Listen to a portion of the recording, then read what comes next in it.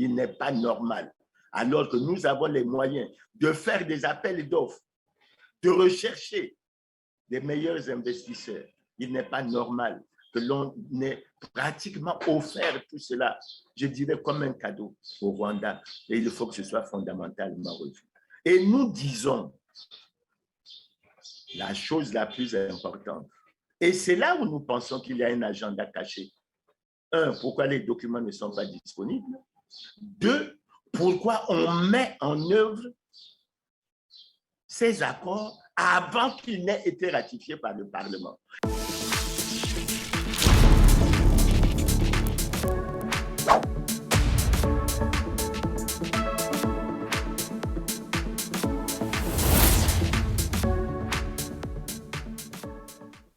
Chers téléspectateurs, aujourd'hui, j'ai choisi de faire un partage avec vous sur un problème qui préoccupe les Congolais, à savoir la situation des accords entre le Congo et le Rwanda.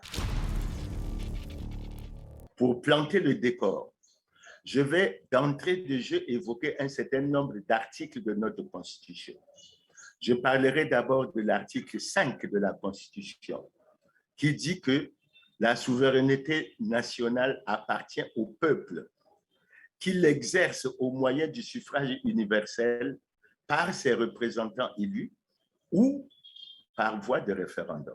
Ça, c'est le premier article qui est très important, sur lequel je vais revenir assez régulièrement dans le cadre du petit exposé que je vais vous faire. Le deuxième article extrêmement important dans le cadre de ces accords, c'est l'article 44. L'article 44 stipule clairement que tout accord, tout acte, tout accord, toute convention ou tout arrangement administratif ou tout autre fait qui a pour conséquence de priver la nation de tout ou partie de ses propres moyens, tirés de ses ressources naturelles ou de ses richesses, est un crime de pillage puni par la loi.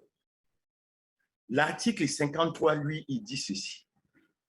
Les biens de l'État sont sacrés. Les biens du domaine public sont inaliénables, incessibles, imprescriptibles et insaisissables. Tout citoyen a le devoir de les respecter et de les protéger. Ensuite, nous avons cet article 217 qui est fondamental dans ce que nous allons dire. L'article 217 dit exactement ceci. Le président de la République négocie, signe et ratifie les accords et les traités internationaux. La ratification n'intervient qu'après l'autorisation du Parlement. Et enfin, je vais terminer par l'article 219 qui dit que nulle cession, nul échange, ni la jonction du territoire national ne peut se faire, n'est pas valable sans le consentement du peuple qui s'exprime par la voie du référendum. À partir de ces articles, je vais maintenant essayer de vous présenter la situation telle que nous la vivons, telle que nous l'avons découverte. En fait, il semble que depuis quelques années, il s'est agi entre le Congo et le Rwanda de l'élargissement et de l'approfondissement de la coopération dans tous les domaines. Et ça s'est situé en deux temps. Le 24 novembre 2021, au cours d'une grande commission mixte entre le Congo et le Rwanda, plusieurs accords ont été conclus.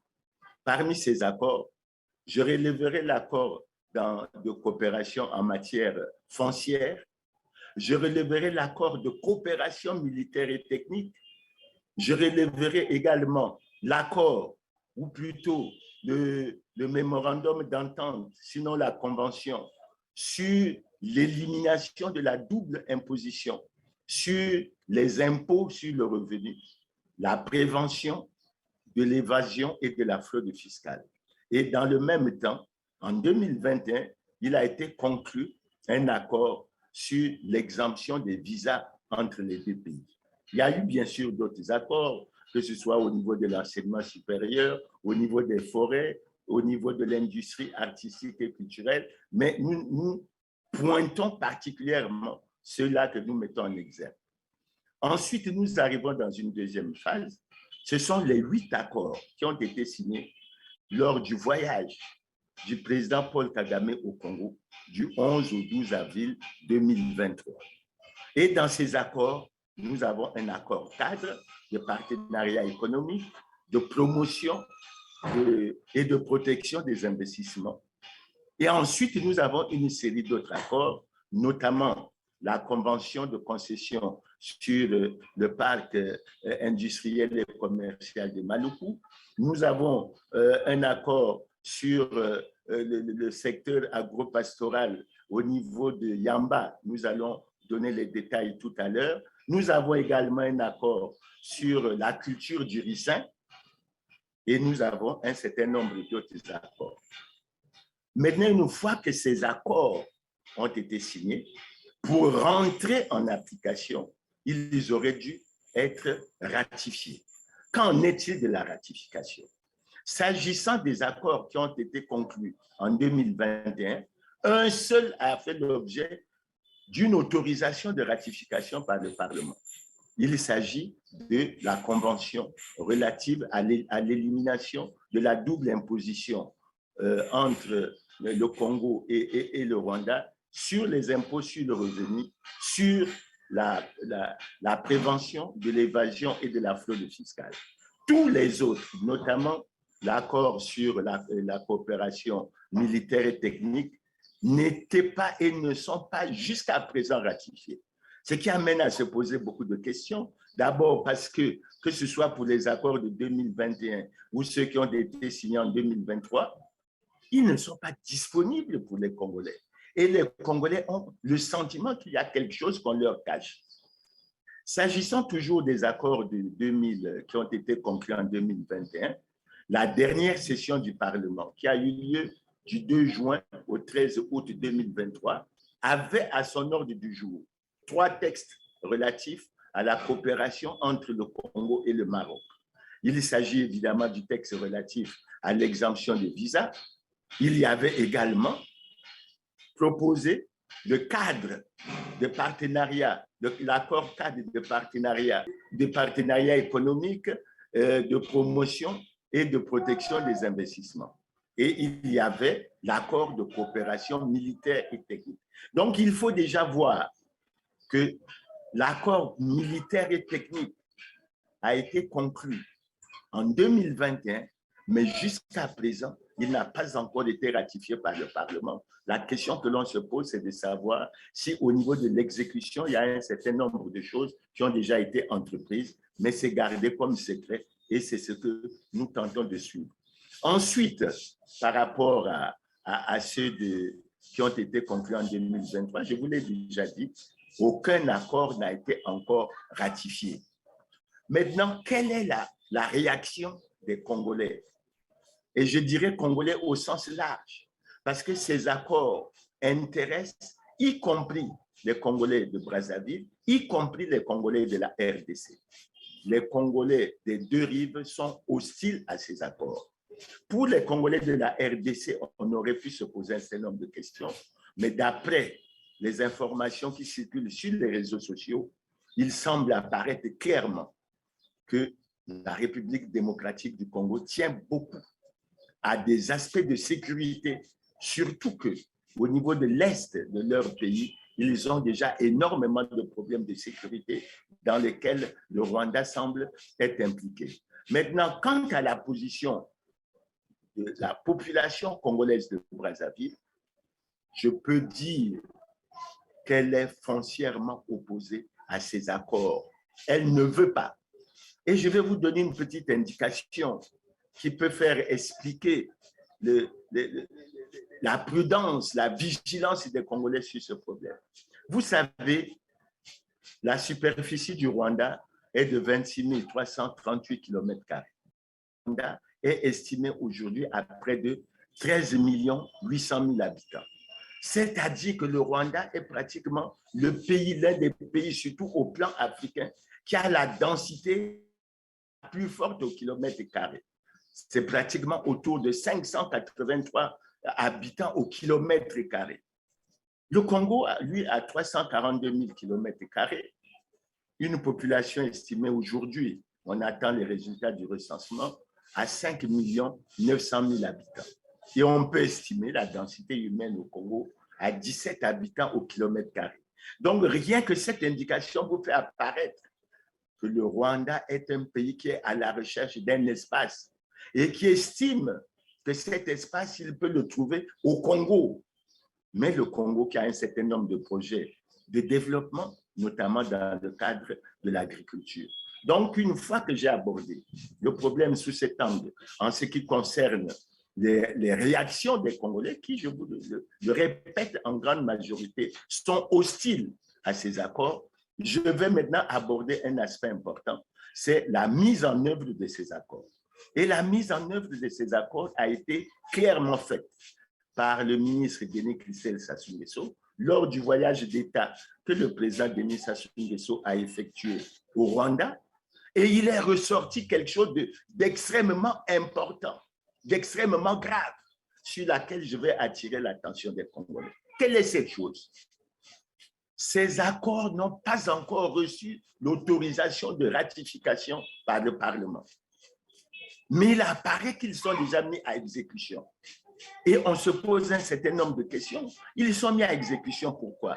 Parce que d'après le point qui a été fait à Kigali, il apparaît que pour ce qui est du parc commercial et industriel de Maluku, 4 unités vont déjà être mises en service d'ici la fin de l'année.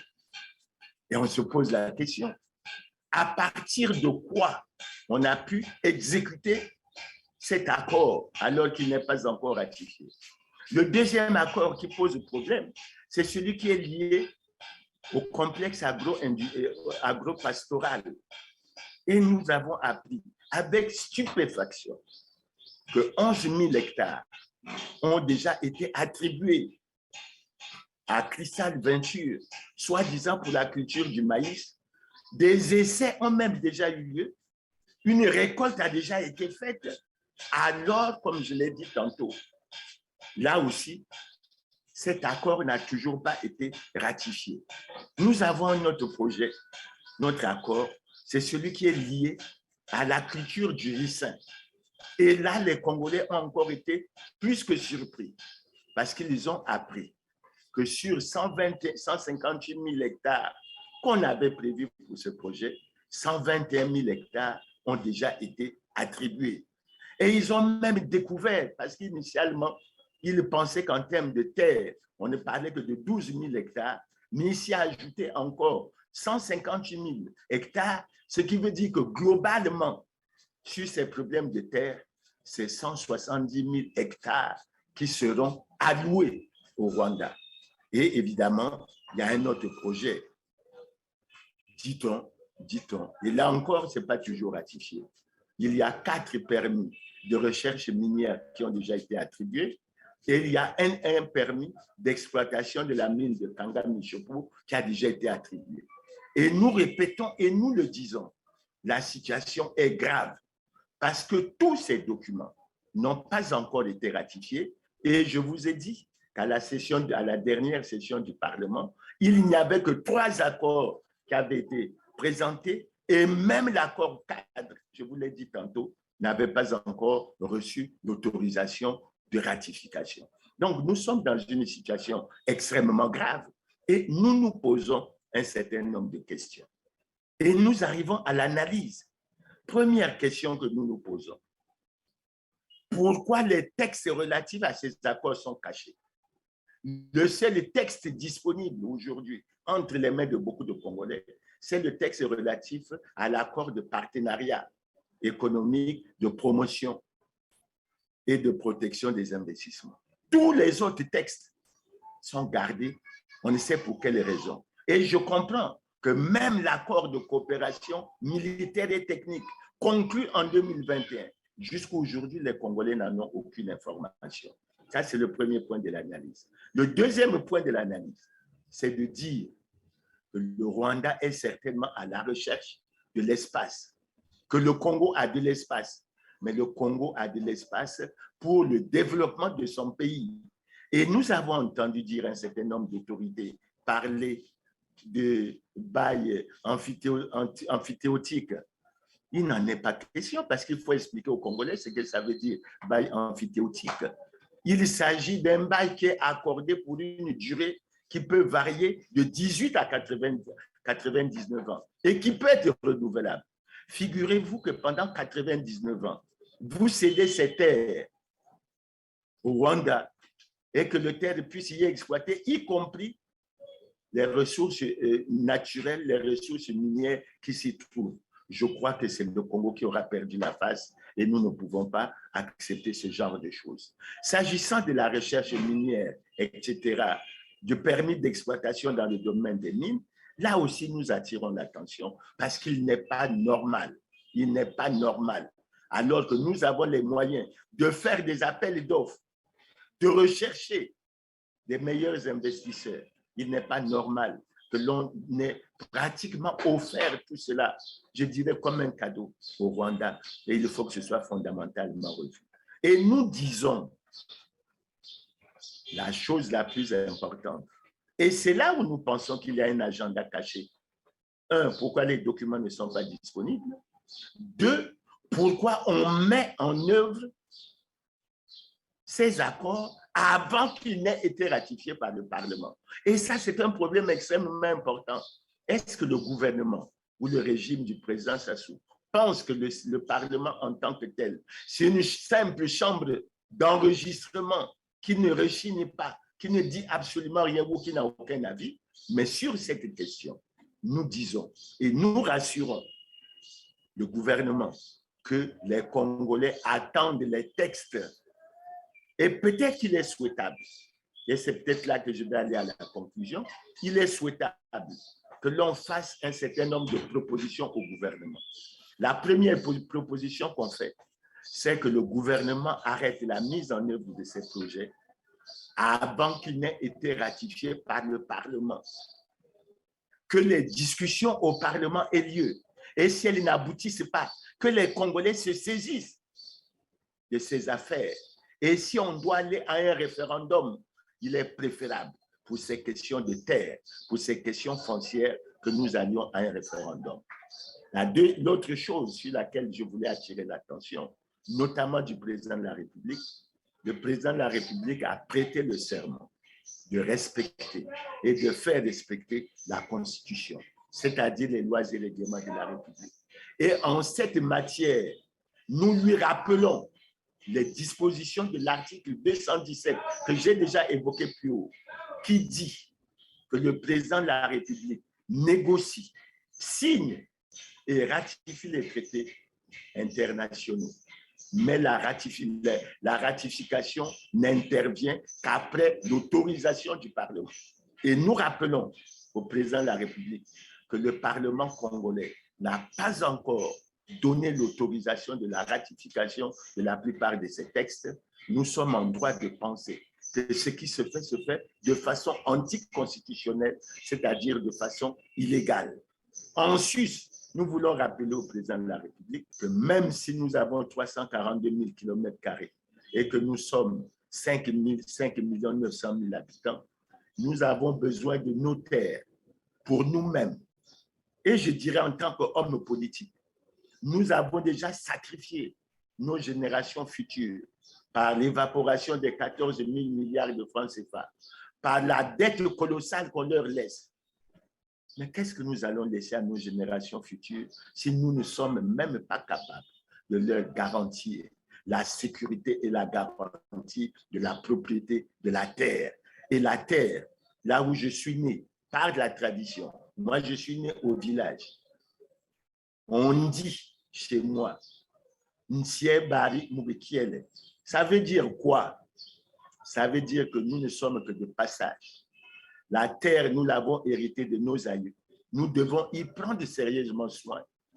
Et nous devons tout mettre en œuvre pour la léguer dans de très bonnes conditions à nos enfants, à nos petits-enfants et à nos arrière-petits-enfants. Nous n'avons aucun droit de toucher à la terre.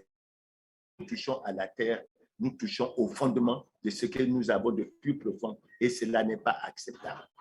Voilà sur cette question de la terre et j'ose espérer qu'en matière de droit, les choses sont claires. Et je rappelle toujours aux autorités, aux membres du gouvernement, que l'article 5 de notre Constitution est clair, que la souveraineté nationale appartient au peuple, qu'il l'exerce par ses représentants élus ou par voie de référendum. Aucune fraction du peuple, aucun corps de l'État, aucun individu ne peut l'exercer à la place du peuple. Et je crois que ces choses-là, elles sont suffisamment claires. Et je crois, tout en rappelant que nos représentants ne sont certainement pas élus, ils sont nommés. Mais si c'est le cas, il faut qu'on aille sur cette question extrêmement importante et vitale pour le devenir et pour l'avenir de notre pays, que nous allions à un référendum où tout un chacun devrait se prononcer et où les Congolais se prononceront. Je dois dire que j'ai même été surpris que pour les 121 000 hectares offerts pour la culture du ricin, on ait parlé de l'allocation a été faite dans le Niari, dans la Bouenza, dans le Poud. Et pour quelle cause? Sur la base de quelles études? Et ça a été décidé où? J'avoue sincèrement qu'il y a un certain nombre de choses, un certain nombre de questions qui perturbent les Congolais. Et je terminerai sur cette question en évoquant un peu un aspect que le président Sassou avait évoqué. Excusez-moi de revenir sur cet aspect. Lorsque la question lui a été posée par un journaliste sur ce qu'il pensait des critiques qui étaient faites sur ces accords, et le président Sassou a répondu en disant « Ceux qui critiquent, ce sont ceux qui ne comprennent pas. » Monsieur le Président, ce n'est pas que nous ne comprenons pas. Les Congolais sont suffisamment intelligents, ils sont suffisamment matures. Mettez ces documents à notre disposition et nous vous expliquerons pourquoi nous ne sommes pas favorables à ces accords. Mettez ces documents à notre disposition. Nous pourrons avoir la possibilité de faire des recours à la Cour constitutionnelle parce que nous sommes convaincus que si ces documents ne sont pas mis à la disposition des Congolais, c'est parce qu'il y a bien un agenda caché et les Congolais ne veulent plus vivre les surprises, surtout dans un contexte où ce genre d'accord a des conséquences sur la sécurité de certains pays voisins et nous nous tenons aux relations de bon voisinage avec les pays voisins. Maintenant, pour terminer sur ce que j'avais à dire, de moi et Aïssab, mais je voudrais terminer en disant quelque chose sur ma modeste personne. Je veux commencer par remercier M.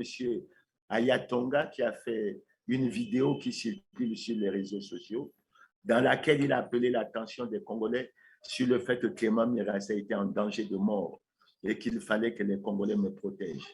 Merci. Merci également pour tous les Congolais qui ont eu des réactions de soutien à mon égard. Mais je dois dire tout simplement que je n'ai vraiment pas compris.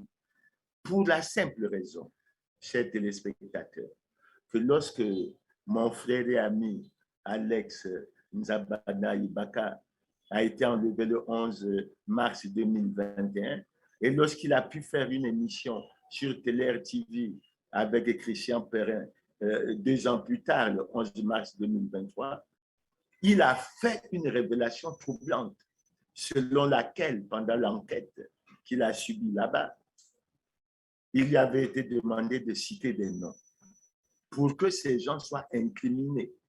Et parmi ces noms, il y avait Clément Mirassa, il y avait entre autres Jean-Marie Michel Moukoko, Paulin Makaya, Joe Washington Ebina, le colonel Moussunda.